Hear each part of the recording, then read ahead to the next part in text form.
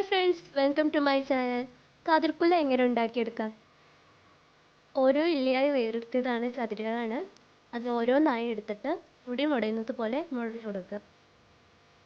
ഇത് റൗണ്ടായി കിട്ടാൻ വേണ്ടിയിട്ട് പാള ജസ്റ്റ് ഒന്ന് വട്ടത്തിൽ ചുറ്റിയതിന് ശേഷം നമ്മൾ കുമ്പിളൊക്കെ കുത്തുന്ന പോലെ കുത്തിയതാണ്, ഗ്ലാസ് ഉണ്ടാക്കുന്നത് പോലെ അതിൻ്റെ ഉള്ളിലൂടെ കയറിട്ടതാണ്. ഇനി അതിൻ്റെ മുകളിലൂടെ ചുറ്റി കൊടുക്കുക. നമ്മൾ മുടഞ്ഞ് വെച്ചത് ചുറ്റി കൊടുക്കുക.